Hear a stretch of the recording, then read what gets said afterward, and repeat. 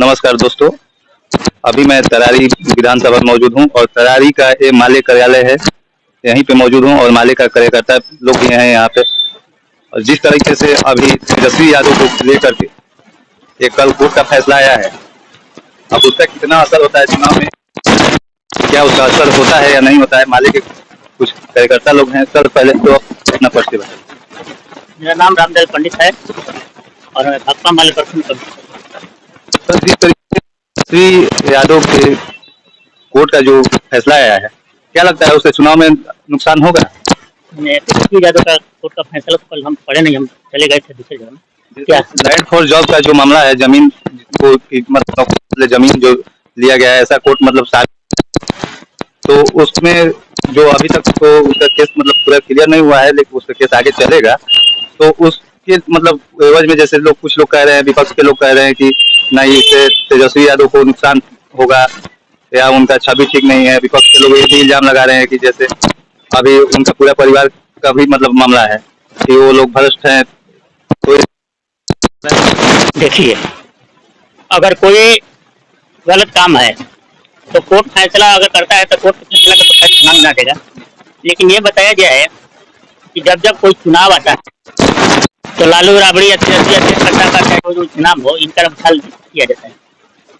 और जहाँ तक ये अब उन लोगों का जो सवाल है, लैंड फॉर जॉब का सवाल है, कहीं ऐसा संभव होता है अगर कोई जमीन खरीद ले तो उसको दिया जाएगा कि नहीं, वो रोजगार के बदला में जमीन दिया, इसका कुछ प्रमाण भी तो होना चाहिए। कोर्ट तो साबित किया ना, कोर्ट साबित है तो कुछ कर सकते नहीं, कोर्ट प्रमाण किया जाएगा। लेकिन वाजिब सही सच्चाई के ऊपर माना जाए कि नौकरी के बदला में कोई पैसा ले, कोई अगर सबूत उसका सख्त मिलेगा तो उस पर कोर्ट कार्रवाई करे तो हम लोग कोई इतराज नहीं है। लेकिन सवाल है कि जो लोकतंत्र का सवाल है, तो टाइमिंग लेकर लोकतंत्र का जहाँ सवाल है, तो लोकतंत्र में तो तमाम लोग अपने अपने पक्ष के चुनाव की तैयारी करते हैं, मानते हैं। हर चीज का कोई जरूरी नहीं है कि लैंड फॉर जॉब के लेकर उस पर प्रभाव पड़ सकता है। जैसे कि हम लोग हैं अपने पार्टी का महागठबंधन के समर्थक हैं, तो हमारी पार्टी का जो निर्णय होगा, महागठबंधन का जो निर्णय होगा, हम तो हम मानेंगे।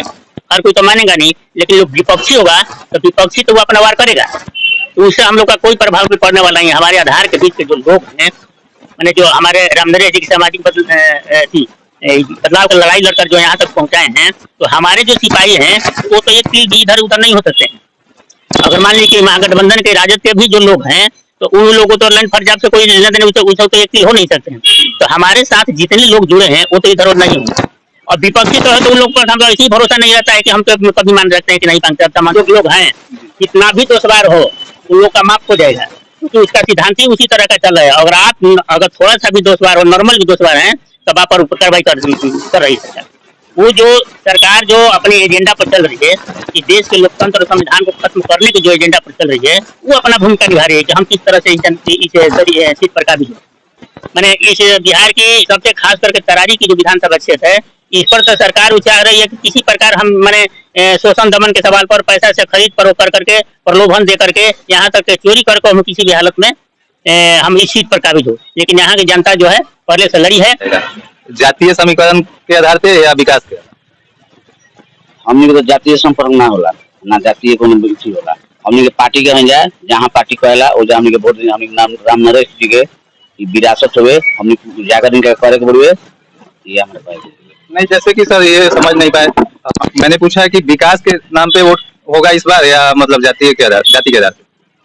रामनरेश जी तो इतना दिन तक इस विधानसभा में प्रतिनिधित्व किए, कितना विकास किए, उसके विकास के नाम पर कि कोई बीजेपी भाजपा के लोग वोट देते थे, हम ये पूछना चाहते हैं। गरीब गुरबा रामनरेश जी को वोट दिया है, मजदूर किसान छात्र नौजवान के सवाल पर रामनरेश जी को विधानसभा में भेजा गया है। आज भी हम लोग मजदूर गरीब किसान छात्र नौजवान अपने इज्जत प्रतिष्ठा, माई बहन बेटी बहन को इज्जत बचाने के लिए हम अपना कैंडिडेट को, अपना महागठबंधन को वोट देंगे।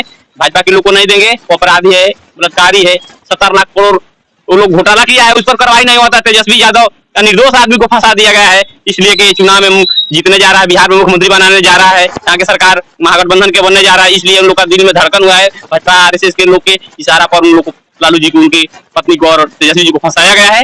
यही हम लोग सोच के तेजस्वी यादव को जिस तरह से फंसाया गया है आप कह रहे हैं, तो क्या इसका असर चुनाव में पड़ेगा? इसका असर कुछ नहीं पड़ेगा, इसलिए कि पिछले बार का जो चुनाव हुआ था विधानसभा का, उस समय लालू यादव को जेल बंद किए थे। यही आरएसएस भाजपा के लोग ने अपना चाल चल करके नीति के तहत लोग बंद रखे थे, उसका असर नहीं पड़ा। इसलिए कि तेजस्वी जी ने अकेले पूरे बिहार में पूरे पार्टी के हर पार्टी के लोग से बेसी सीट लाए, महागठबंधन के अच्छा सीट आया, इसलिए कोई प्रभाव नहीं पड़ेगा, उसे और ज्यादा वोट मिलेगा, इसलिए कि निर्दोष को फंसाया जा रहा है, इनको सरकार रोकने के नीति से फंसाया जा रहा है। हम लोग सब लोग एक साथ है, अब की महागठबंधन की सरकार बनाएंगे बिहार में। तो हमारे साथ एक युवा भी हैं, तो आजकल जिस तरीके से रोजगार का सबसे बड़ा मुद्दा है, तो आप रोजगार को लेकर के क्या सोचते हैं कि मतलब यहाँ पे किस पार्टी का सरकार बनना चाहिए बिहार में? इसको लेकर सबसे पहले आपके चैनल के माध्यम से तरारी विधानसभा की समस्त ग्रामीण जनता को बहुत बहुत अभिनंदन और हार्दिक स्वागत। कहने का मतलब है कि आप रोजगार की बात बोल रहे हैं। रोजगार नीतीश कुमार तो बहुत बोल रहे हैं कि रोजगार देंगे, लेकिन अभी तक नौजवान लोगों को रोजगार नहीं मिला। वो तो कह रहे हैं ना कि मैंने 50 लाख मतलब 12 लाख सरकारी नौकरी और 38 लाख लगभग स्वरोजगार दिया है। ये सब जुमला है, ये सब जुमला है, हकीकत नहीं है। हकीकत सिर्फ उसी समय आता है जब इलेक्शन आता है, फिर इलेक्शन आएगा, फिर उसके पहले 4.5 साल लोग एकदम सोए रहता है, ठीक ना। और ये सब जनता को बिछाने के लिए ये सब 2-3 महीना सिर्फ इधर उधर करता है, नहीं तो इस समय कुछ जान नहीं है। और बात रहा जब आप जो बोल रहे हैं तेजस्वी के बारे में बोल रहे हैं, तो आज से 1 महीना पहले बिहार में आए थे मोदी जी, और ये कह करके गए थे कि इलेक्शन अब की बार इस चुनाव में मोदी जी को, तेजस्वी जी को अब की बार हम चुनाव नहीं लड़ने देंगे। अमित शाह बोले थे कि अब की बार इसको हम चुनाव नहीं लड़ने देंगे, इसको हमको फंसा देंगे। तो यहाँ से हाई कोर्ट नहीं दे रहा है, ये सब चला रहा है, कौन चला रहा है? आरएसएस और बीजेपी वाला ये सब चला रहे हैं, ठीक है। अच्छा, हाँ, मेरा यही करना है। और तो इस बार मतलब किस मुद्दे पे चुनाव होगा? अब की बार देखिए विकास के मुद्दा तो है ही है, लेकिन जो अभी तरारी विधानसभा में जो बोल रहे हैं विशाल प्रशांत विकास के बारे में कि हमने रोड बनवा दिए, नली बनवा दिए, गली बनवा दिए, लेकिन हमने एक डीएम के एक फेसबुक पेज पे हम देखे थे कि वो अपने लिखे थे कि डीएम के निर्देशानुसार पूरे भोजपुर में 155 योजनाओं पे काम चल रहा है, लेकिन यहाँ पे बाहाबाही करने के लिए विशाल प्रशांत बोल रहे हैं कि हमने यहाँ पे विकास के एकदम गंगा बहा दिए हैं। तो इनके माध्यम से नहीं ना हुआ है, विधानसभा में जाकर के तो लड़के तो नहीं लिए हैं इतना फंड। ये तो पहले से ऑलरेडी नीतीश कुमार का जो यात्रा था, निश्चय यात्रा में जो साथ निश्चय यात्रा में घूम रहे थे, तो वहाँ पे पैकेज दिए थे तरारी विधानसभा के, तरारी विधानसभा के नहीं, पूरे जहाँ जहाँ यात्रा किए थे वहाँ पैकेज दिए थे। तो फिर ये कैसे बोल रहे हैं कि हमने 900 करोड़ रुपया तरारी में निकाल दिए, जा करके लड़के ले लिए? कभी तो हम तो उनका वीडियो भी नहीं देखे विधानसभा में बोलते हुए। ये तो झूठा जुमला बोल रहे हैं। मान लीजिए कि यहाँ पे वर्तमान सांसद जो है माले के हैं, सुदामा प्रसाद जी के रीजन में पहले भी 2 बार एमएलए भी रह चुके हैं, उनके रीजन में काम हुआ है? बहुत काम हुआ है, हम बताते हैं आपको। देखिए काम होता है ना, अभी हम लोग का आया है, लाइट भी आया है, पूरा भोजपुर में बहुत सारा काम भी आया है, लेकिन एनओसी पास नहीं कर रहा है लोग, ऊपर से लेकर के नीचे तक सब उसी का बैठा हुआ है। और ये लोग बोल रहे हैं, सोच रहे हैं ना कि तरारी में चाहे आरा में इन लोगों का वर्चस्व ना बढ़े, लेकिन यहाँ के ग्रामीण, यहाँ की जो जनता है, गरीब किसान मजदूर छात्र और नौजवान एकदम पूरी तरह से एनडीए के जो बच्चे सब जान गए हैं। एनडीए बड़का गांव पंचायत के मुखिया के भाई हैं, सतीश प्रसाद के भाई हैं, ठीक ना। तो हमने दिए थे जाति मृत्यु प्रमाण पत्र दिए थे बनाने के लिए, और 2 जन्म प्रमाण पत्र बनाने के लिए दिए, और एक लेडीज आई थी। अब बताइए कि हमने गए थे कल जाकर के अपने भाई के ही लेने गए थे, भतीजी के जन्म प्रमाण पत्र, तो हमसे जाकर के डिमांड कर दिया कि 100 रुपया दीजिए तब हम जाकर आपको देंगे। तो वो बोले ना कि ये सब हम लोग को देना पड़ता है 100 रुपया कोई लिखने के लिए। क्या नाम था उनका? उनका नाम था मनीष कुमार, मेरे ही पंचायत का ऑपरेटर है। अच्छा, हाँ, हम खुद अपने पंचायत का अपना प्रतिनिधित्व करते हैं, देखते हैं। मतलब सरकारी कर्मचारी? हाँ, सरकारी कर्मचारी। वो हमसे 100 रुपया मांग रहे थे। क्या नाम है उनका? मनीष कुमार नाम है, ठीक ना। हमने उनसे बोले भी थे कि अगर सरकारी रूल है तो आप एक दीवार पर लिख करके लिख दीजिए, बड़का गांव पंचायत क्या बोले भवन पे लिख दीजिए, और तरारी में भी लिख दीजिए कि 100 रुपया लगता है जन्म प्रमाण पत्र बनाने के लिए और मृत्यु प्रमाण पत्र बनाने के लिए, तो लोग देगा। तो हम कैसे आपको देंगे? हम दो वहाँ पे जन्म प्रमाण पत्र लिए थे, एक चाची को लिए थे, गाँव के आई थी हमको, मेरे गाँव के, और एक मेरा अपना था। तो हमने लिए, पैसा नहीं दिए, लेकिन ये डिमांड कैसे कर दिए? यही से तो स्टार्ट हो रहा है।